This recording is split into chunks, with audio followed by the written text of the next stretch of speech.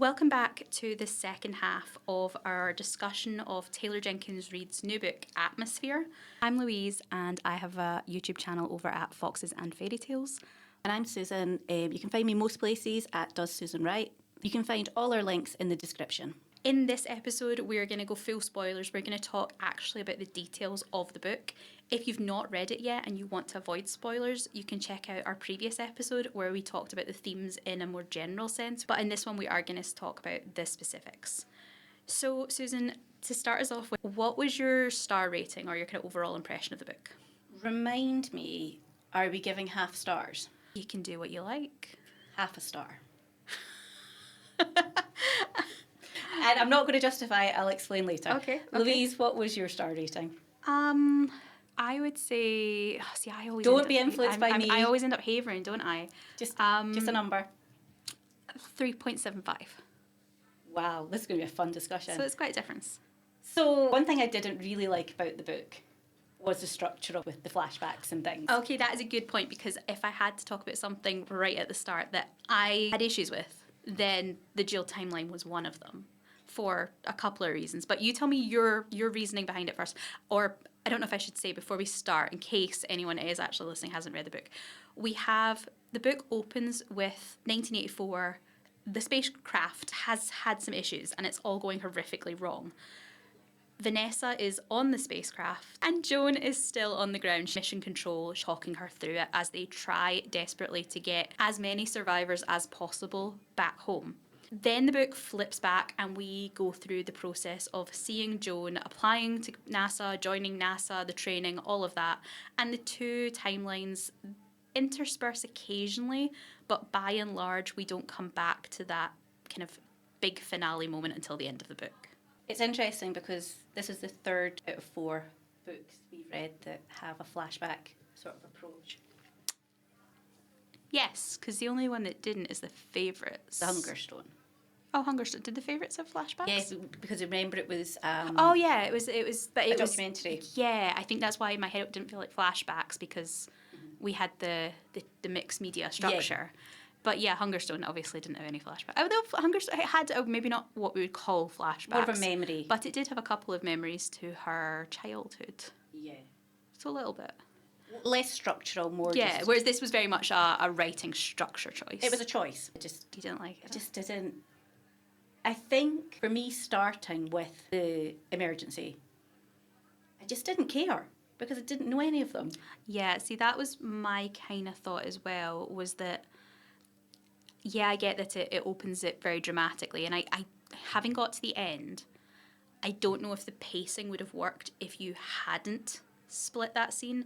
If you had just come in and gradually worked her way through NASA and then ended with that big finale, I think the pacing would have felt all off, because you would have had lots of very low stakes, very slow pacing at the beginning, and then you'd have had a big massive moment at the end that would have totally disproportionately weighted it. So I understand the choice, but as a reader, for me, it didn't work, because I found, like you said, that as it's going to sound awful, as people were dying, I didn't know who they were, so I didn't care. But I also found that then when we jumped back, I still didn't care, because something in my brain had went, well, I don't need to care about these people or know about these people or be invested in these people, because I know they're not going to make it out. It took me a lot longer to become invested in all of the supporting characters than I think it would if I didn't know what was going to happen to them. But because you'd already told me what happened to them, I found it much, much harder to care about everyone that wasn't the main characters. I would 100% agree with that and take it a step further to say that I didn't know who anybody was for the entirety of this book. Nobody's name. Joan and Frances, the niece. That was it. I can say, I don't know if I'll probably mess up at some point, but I don't know if I told you that every time I've talked about like this book, I've called her Ruth, and I don't know where Ruth has come from. There's nobody in the book with that name. I don't know where Joan has turned, but like that is the level at which it took me so long to get a handle of her name. Like it slips in and out. And I think the ones, obviously Joan, Vanessa, Frances. Joan, like literally Joan and Frances, the two names I know. Joan, Vanessa, Frances. And then maybe Lydia, who summed up in my head, I guess, basically as the mean girl. And then the rest, they're just vague. Interestingly, remember we talked in our first episode about this might be a very meta book. So in media, quite often, women are portrayed as the Mary Sue, Yeah. the characterless. Yes. And you saying that, I'm like, yeah, all the men blended into one, and their literal only role was to support to be there. Joan. Yeah, which I mean, maybe that's a choice that we've decided. This isn't a book about a man. This is a book about a woman. This is a book about Joan. Everyone else kind of is there to support her journey. She is the main character. She is the main character, and I mean, and I would argue. I know we're maybe going to disagree on this one, but I would argue that this is very much a character-driven book. Whether you think there's a lot of character or a lot of plot, but if we assume that there is both, I would say the character, it's more about her journey and her growth than it is about a plot line. There's no kind of like big plot arc. It's more about her and how she changes and how she experiences the world. So the other characters being almost cardboard cutouts maybe is intentional so that you narrow in on Joan as a character. You don't get distracted by everyone else, because it is a fairly big cast if you were to let yourself be distracted by them all, and not a massively long book to be giving us a cast of what, about 8? I disagree. It felt to me like Joan was there and things were happening to her and around her. It didn't feel like she had a lot of agency. I know she did take that step and apply for the programme and got on the programme, but it kind of felt a bit like life was happening around her. That's what I'm saying, why it's more a character portrait than it is a plot-driven story. It's more just like, here is a character, let's watch her life. Yeah, but it felt like she was also watching her life and not really... Do you know what I mean? It didn't feel like She wasn't the most... Considering she's meant to be... Not only, Badass I was going to astronaut. say, considering even if this was put now, she's a woman in a male-driven field and she's at the peak of a very, very competitive career. She should be the most driven, most ambitious person in the room. And she didn't feel like that after. Like you said, there is the application and we see how she had to apply multiple times and obviously all that. But after that, it kind of doesn't... You don't feel her drive. You're maybe told about it, but I didn't feel her drive necessarily. I agree with that. I don't know what it is, and I think for me it comes back to I have read a lot of Taylor Jenkins Reid before, and characters in the other books are so well developed. Yeah, I mean, I've only done Evelyn Hugo, obviously, but I would say that is the strength of that book entirely, is that when I read it, she was one of the most nuanced characters I'd ever read. She's one of the most unapologetically ruthless female characters. I always love when you get that, because it's so unusual to get women that are unapologetically out to get what they want and the narrative doesn't vilify them for it.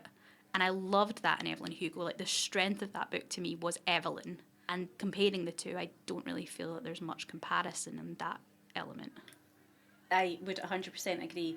And maybe a bit later we can talk about the other books that I've read and how this compares. Where you thought. But I think something that I found quite interesting, you know, we're talking about her character and like how much was she kept in a box by NASA and the structures and culture, and how much of that was actually her.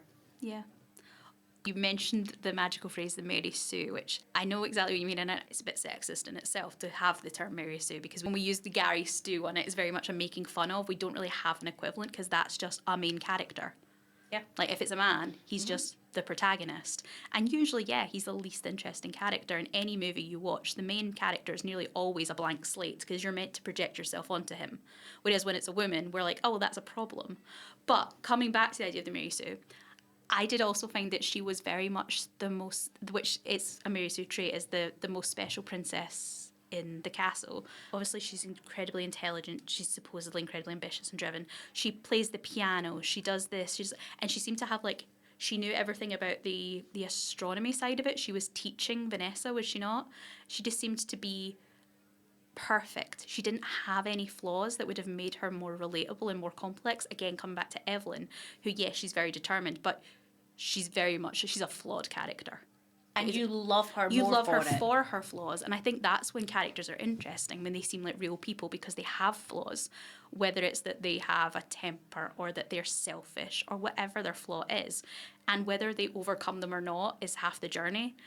I kind of felt like Joan didn't have any flaws. See, if you'd made her much more selfish, I know that at the end she does break it off with Vanessa, but see, if you'd made her even more cowardly in that moment, I actually would think she would have felt like a stronger character. She was a bit of a kind of manic pixie dream girl. Yeah.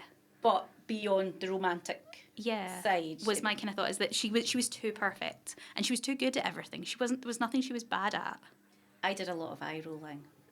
Like the but, you know, I mean, she was perfect. And I know, again, But she didn't know it, which made her even more special. But also she was, like, effortless. I know I think her sister does mention it at one point about how, like, she doesn't know how hard it is to be a parent and she'd be a terrible parent or something along those lines. But she also parents effortlessly. You know, her and Frances, which I saw someone talking about. I didn't read it directly from the interview, but I saw someone talking about an interview with Taylor Jenkins Reid. And I'm going to say this now because you might have more to think on this, but it does tie into that idea, I think, of that relationship between Ruth and Ruth. See, who's Ruth? And Ruth.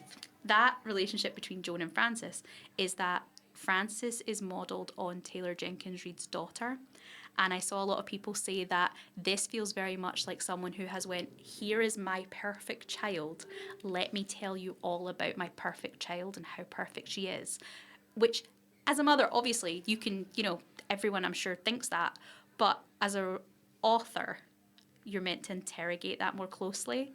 And I think if she has projected her kid onto Frances, maybe that's a bit where Joan becomes kind of Mary Sue-esque, because the relationship between the two of them then is very precious and you don't want to do anything to kind of disrupt that because you're seeing your own child as the character. Psychology side to that. I think it's interesting because my take on the relationship with Frances is I have a child and I have nibblings. One of my siblings has children, and I love my nibblings dearly. It is a very different. So if I spend time with my nibblings, it's very different to spending time with my own child because I am not parenting my nibblings. I think I am able to have fun with it. I did think it was interesting as a relationship that you don't see that often in fiction. Again, that relationship she has with Frances, where she does, as the book goes on more and more, but right from the start almost, she does have to step into a semi-parental role with Frances.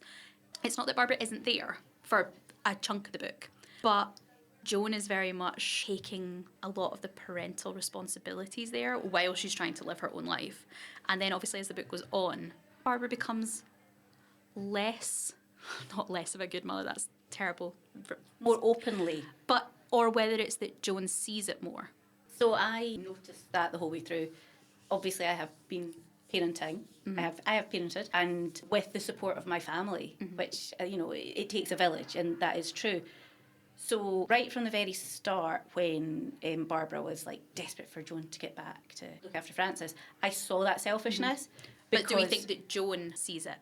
No, I think Joan just wants to spend time with her beloved Frances, but the behaviour of Barbara when she gets married was absolutely no surprise to me because that is sort of how she treated. I did feel like it suddenly was like it was like a bell curve, like it suddenly, but you could see all the hints of that had been there all along.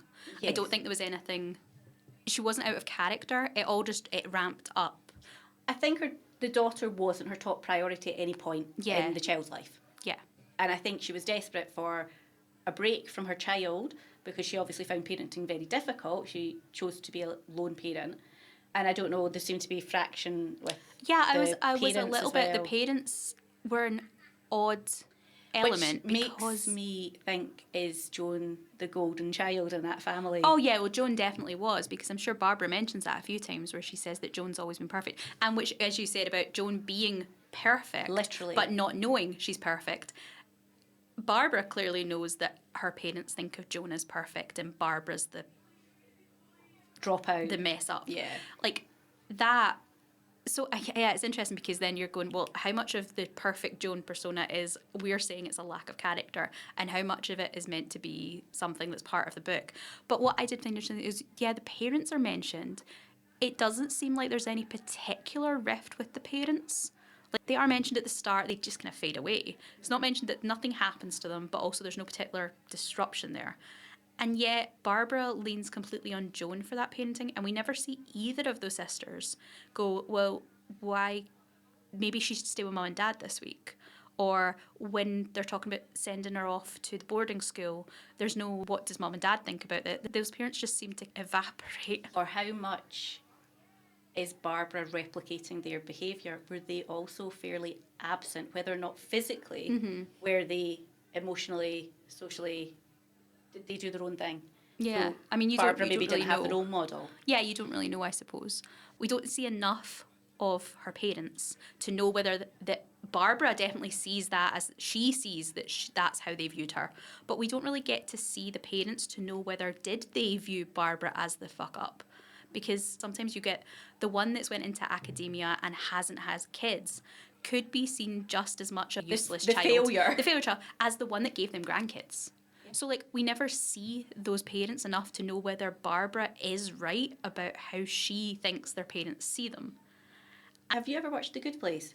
I have. Reminds me of Tahani Al-Jamil and her sister, whose name escapes me. But that kind of setting up the children against each other almost, it makes me think. But yeah, but you see, but we never don't know know. if that is. There's a lot of kind of mystery. As a reader, we don't get to form our own opinion. We only get what the characters tell us. Whereas if we'd had scenes of them all as a family, we could make our own conclusions. Yeah, It's all just choices, I guess. It is. Something that I thought of, which is related to this, you were talking about Joan stepping into a parent role. And I found that quite interesting because quite often you hear about parentified siblings, and it's when the oldest sibling ends up raising the youngest sibling.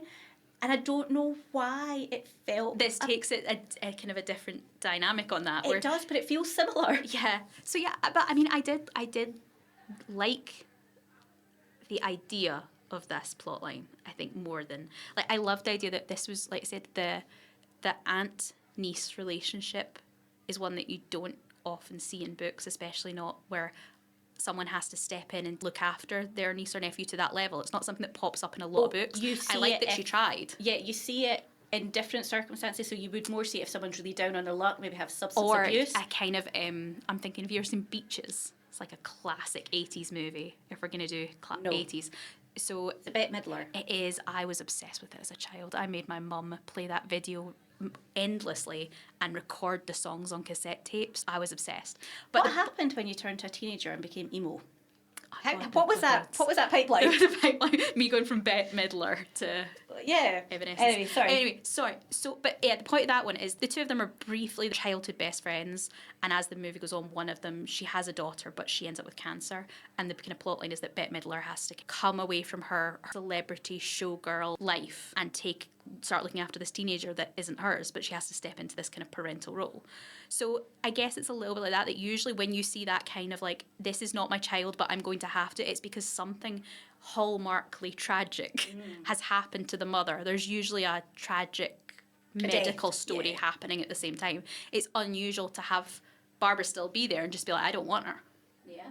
Like, it's, again, I mean, talking it through, I actually wonder if that is the more interesting character.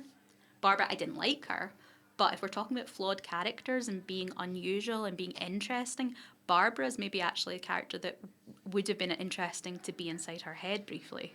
Isn't that interesting in terms of their sibling dynamic? Yeah. Joan is the perfect one. We're inside her head, but we would rather be in Barbara's head. Who's a mess. And I don't think particularly likeable. I think as well we have to remember, was it 16 she was when she had Frances? Yeah, she's very meant to be very young, and she's already at that point had a miscarriage. So realistically, she's a child when Frances steps up to start helping her parent. So Joan is a couple of years older. Is Joan the older sibling? I think, yeah. Yeah, she is. Yeah. So Joan's just that little bit older. She's steps maybe in. just an adult. Yeah. But not by much. And then you kind of see how Barbara grows into adulthood. Yeah, having had a bit of arrested development in there. Yeah, and I thought that was interesting, Bill, that Barbara almost pulls that as a trump card later in the book when she says, because obviously she's unaware of Joan's sexuality and relationship at that point, and she turns around and uses that as a trump card because she says that Joan's so smart and Joan's all about her career and Joan's never had a real relationship, so Joan doesn't understand what it is to be an adult. Joan can't possibly understand the decisions she's having to make because she has to prioritise her marriage because that's what adults do. And Joan is being childish by expecting her to think about her child. Again, I think that Barbara's a fascinating character study. I don't like her and she's not a nice character, but I think there's some fascinating like insight going on there where she's managed to create this world where Joan's the childish one, the one that's looking potentially to be raising Frances, that she almost infantilizes Joan because she doesn't see her having had a relationship. Which is quite easy to do because Joan is... I think Joan is, I don't want to say but she is a bit of a wet dishcloth. She's a bit of a pushover. She has a slight flat aspect. I'm going to pivot to something I had written down to talk about. As a character, a lot of the choices in this book that Joan makes are this or that choices. And one of them is to do with sexism, because we see the discussion at the training, the men making jokes, and we see the discussion of, should you stand your ground and say, that joke's inappropriate, it's not funny? Or as Lydia says, you go with the flow, you laugh because you're playing the long game. You know you need to make friends if you're going to come out on top in this, and you have to just let these things go. And Joan's the one at that point that's saying, no, you put your foot down, you don't stand for that kind of treatment. Whereas all of the major decisions we see, apart from Frances, Joan tends to go with the flow and just feel a bit wishy-washy. I have a bit of a hot take on this. And I think it's to do with Joan's poorly developed social skills. So I think Joan possibly, there's maybe a barrier there that she doesn't understand people very well. However, she does have a firm sense of justice. Yeah. And it is wrong. Yes. She doesn't stand for it. Whereas there are a lot of things that she maybe doesn't care enough to put herself in an awkward social situation. Which is the questions we're asking. Because we sit so close to Joan's shoulder for the whole book. We're so much in her point of view that I feel like a lot of the interesting things we don't see because Joan's so perfect. All of that kind of nuance is happening elsewhere, and she's so blinkered in a way. She's so focused on. I mean, the two things in her career. Obviously, Vanessa maybe, but I would say Vanessa's for most of the book a third priority. I know that flips later on, but for most part, she's driven by her career, specifically, I guess, space as well. It's not even the career aspect. It's that she's driven by space, and she's driven by Frances, and almost everything else that's outside of that doesn't matter to her, and so we, as a reader, don't get to see it.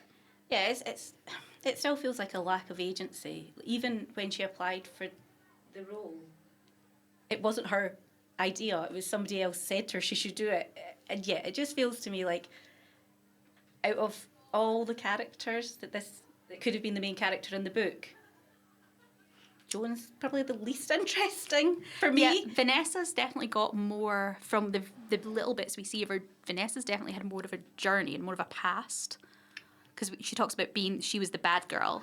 But she also has wants and desires and that she's chasing. Yeah, and she's the one that wants to go onto the shuttle, obviously. And I guess as well, what I found quite interesting about Vanessa and Joan's relationship was because they were on opposite sides of that emergency situation. Mm-hmm. So you had Vanessa on the craft, and then you had Joan back at mission control in charge. You know, she was the one woman. That was something I thought was interesting as well. We could talk about, because as I said, a lot of the choices seem to be this and that. Mm-hmm. We had, and we've kind of covered it a little bit here, that we have kind of the Joan's, one of her big choices is between career and family. One way of a kind of an 80s perspective of feminism would be just that she goes for the career, but now we would say, well, actually it's more important that she has the choice. It's fine for her to choose family. The point is her having the choice. But coming then on the career specifically, there's that choice she also makes about the role that she went in to this job to do, the thing she trained to do that was her goal. And it turns out that she's not that she's not good at it, but she's not particularly suited to it. She goes up and she spends the entire time nauseous. And she makes the choice to take the role that's less glamorous, it's less kind of prestigious. It's the one that maybe is slightly more female coded. She's more about looking after a team and knowing, I think, did they not say that she knows how to help people get along? Which is interesting, because I see her as someone with deficits in social skills, shall we say. I didn't know that I saw her as someone who particularly was good at helping people get along, but she does again make that choice between one thing and another. I guess that's probably a pivotal point in her character, because nobody else would understand that. Yeah, so she is standing out, whereas she normally goes under the radar. I mean, a lot of for the other astronauts, that would be like making a huge sacrifice, whereas for her, that's the choice that actually makes sense, and it's never presented in the narrative as being a bad choice. Like, they never have anyone turn around to her and be like, you know, you made it. It's the choice that makes sense for her, and I kind of did like that the author let her make that choice and didn't then belittle it. However, there was an element of the others who were in mission control would be disappointed to be there rather than up on the spacecraft. But then it's, you know, if we all like the same things, then there wouldn't be any variety in the life. Then we wouldn't be able to talk about books that we disagree on. Very much so, yes. But yeah, I thought that a lot of the character side of the book was about Joan making choices. And I did like that she was allowed to make those choices. It is interesting, because I think the opposite, and I think she was just letting things happen to her. And as much as she chose to be in mission control, that was because she physically unable to continue to go up into space. So although it was an active choice, it was an active choice because physically she might not even have been chosen. It's still the agency in terms of, there's that thing of choices that characters make versus real people choices. Yeah. Characters exist inside the story. Every choice she makes is influenced by the plot. I guess, but then there's also an element of, would she even have been chosen to go up again? Because while she was there, she wasn't able to. Yeah, I mean, there's that. But again, see, that's somewhere, like, I was talking about the book feeling slightly like it's in a bubble. I don't know about the other teams that are at NASA at the time. I don't know if, is there another female astronaut that can be subbed in? The team that were there, some would go up and some would stay in mission control. So if she was continuing to go up into space and being unwell the whole time, there would be somebody in mission control who could have replaced her easily and like doing a switch. So I guess that decision to me kind of felt necessary, in that, you know, if you majorly mess up at your work, sometimes it's better to just hand your notice in. She doesn't have other options. Ultimately, she has to be where she has to be. She has to do what the author tells her to do. Yeah, she has to be the one that's there so that her and Vanessa aren't on the ship together, because it gives you that moment. And speaking of that moment, I don't know about you, but I'm going to be honest, that bit at the end, the re-entry scene, I had little tears if I'm crying, because I clearly have an emotional connection to the character, especially if it's a book where there's not a massive amount of plot, so it's not the plot that has compelled me, it has to be the character. I was a bit weepy. So I wasn't, but I did read that without having to count how many pages I was reading, because I read the book and was always counting how many more pages do I have to go before the end of the chapter, or till I get to the next 10% or 5%. So I did read the last maybe 20% of the book in one go, and I enjoyed it, and that is where the half star has come from. I wouldn't say that it was, that bit of the book was better or was brilliant. I think a lot of the pieces has had to be laid to get there. So my take on it is there were fewer characters, so I was actually able to follow what was happening. So we've talked a lot about characterisation or lack thereof, and I think we were both surprised, because as we've already mentioned, one of Taylor Jenkins Reid's huge strengths is actually her characterisation. What I thought I would do is I would give you a kind of rating or ranking. Like a tier ranking. A tier ranking of, like, so we'll start at the top because we already know what's going to be at the bottom. Okay, I've read 5. Okay. Most recent 5. Okay. So we're not including After I Do, Maybe in Another Life, or One True Loves? No. Okay. Okay, so at number 1, Daisy Jones and the Six. Loved that book. Written very much in the style of a Rolling Stone magazine profile, loosely based on Fleetwood Mac. And just amazing. I actually went and listened to Fleetwood Mac songs afterwards, because you were just so in it and so in the relationship and the other relationships and the difficulties that the characters faced. And again, I would say that was quite a character driven from multiple perspectives. I just loved it. It was fantastic. Second, Evelyn Hugo, because that was also amazing. And I think for me, they're very, very, very, very close.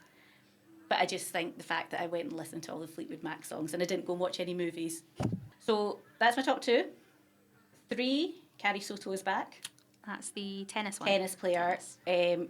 And again, she's loosely based on a number of different... Yeah. I think it's interesting that she seems to do that. It's not a fictionalised version of one person, but there's always an element of composites. You recognise. I wonder whether that gives her characters that sense of realism. You maybe fill in the gaps as well. Yeah, whereas, I mean, I don't know, again, we said we don't know enough about female astronauts to know, but I wonder if maybe that's where Joan's character has fallen down. If she's not a composite of multiple people, then maybe that's something missing there, whereas with Evelyn or with Daisy, she's able to crib off what you know of other people. Yeah, and we fill in the gaps as well with what we know of these people or what we research, because as you say, you were like, oh, I wonder if I can see. And or just the research she's done, that she knows these people inside and out. Whereas if Joan is not a composite, and even if she is, I would imagine it's harder to get the personalities of these people because they're not celebrities to the same level. This isn't, I can find out everything I want to know about Serena Williams, or I can find out everything I want to know about Stevie Nicks. The astronauts, you can maybe find out a little bit about their achievements, but I don't imagine it's that easy to find out in-depth information about their personalities. And book 4 would be Malibu Rising, which is loosely based on Mick Jagger. So again, but he is not a pivotal character, it's the children. All of those books I would rate 4 or above. So this is an outlier, and I was pretty devastated because I do love Taylor Jenkins Reid and I love the other 4 books. So Louise, you rated the book 3.75 stars. You've got 60 seconds to explain why and maybe explain if you have changed your rating or maybe you haven't. I think I would keep my rating probably about the same where it is. I liked what she tried to do with a lot of things. I thought there were interesting and unique aspects that we don't get to see a lot of in fiction, not just the women in STEM in an era when they wouldn't have been, which obviously is on its own, but then things like the dynamic between Joan and Francis or the relationship with Barbara. There were lots of things that I think she tried to do, and I can respect that. Some of those things maybe weren't pulled off to the level I would want, and I'm always just going to be a little bit disappointed that it didn't hit the lofty heights I had for it, which is obviously it's an expectations and a kind of hype problem. So maybe if I didn't know who the author was, I might have come in slightly higher, but it was middling. So what about you? So yeah, I'm still quite happy with my 0.5. I could be convinced to maybe go up to 1 because looking at some of the side characters and we have managed to talk about this for quite a lot of time, but there was nothing about the book that really engaged me or excited me. As I said, I felt it was maybe a wee bit too well researched, and it kind of felt like, showing your homework, as you'd said earlier, and as well, we talked about the characterisation, and I'm wondering if this Joan maybe wasn't inspired by somebody in real life, and that is why there's a lack of depth, because there's not the kind of history or the kind of archival footage or interviews or whatever. So I'm going to meet in the middle and I'm going to give it a 0.75 star. So I think I'll have to take that. I'll see you next time. Goodbye. Take care.